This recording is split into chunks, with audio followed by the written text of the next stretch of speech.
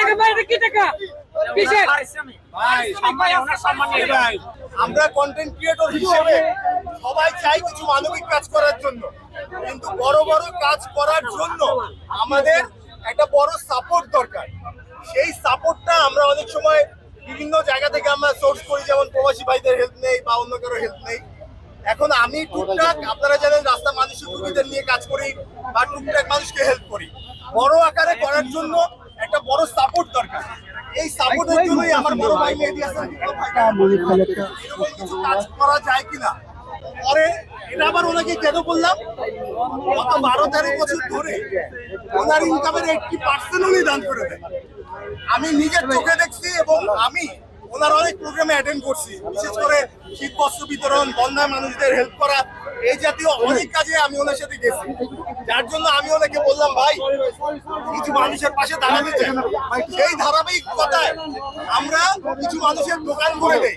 দোকান করে দেওয়ার পরে আমরা 10,000 মানুষের পাশে দাঁড়ানোর পরিকল্পনা করি। পরে বিপ্লব ভাই বলে, তাহলে আমি এই প্রোগ্রামের সমস্ত টাকা আমি দিয়ে সহযোগিতা করব, এক বেলা মানুষ খাক, এটা আমিও চাই।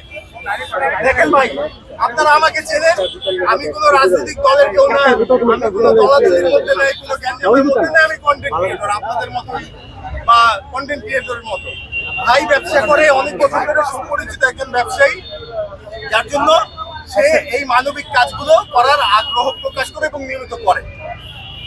আজকের প্রচারণা ভাই মিজান ভাই, এই যে প্রচারণা ব্যানার টেনার, এটা আপনি বলছেন যে আমরা ব্যানার টেনার করবো, এরপরে দেখতে হবো না কারা দিচ্ছে না। মিজান ভাই এসে মানুষ ধরবে, ভাই আপনি তো ফ্রি খাওয়ান, আমার ব্যবসা লাল বাতি।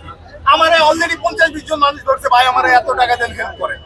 এই জন্য আমি বলতে চাই, এর সহযোগিতায় আমার বড় ভাই মেহেদী হাসান বিপ্লব ভাই সবসময় থাকবে।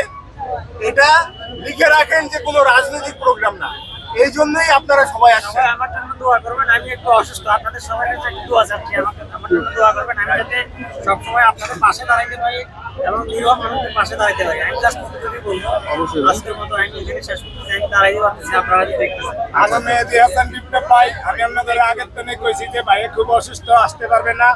উনি আমার অনুরোধে আসছে।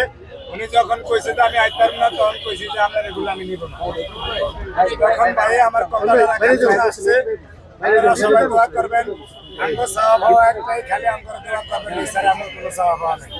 আপনারা খালি আমগো দোয়া করবেন, বাইরে একটু দোয়া করবেন, বাইরে সুস্থতা দান করেন।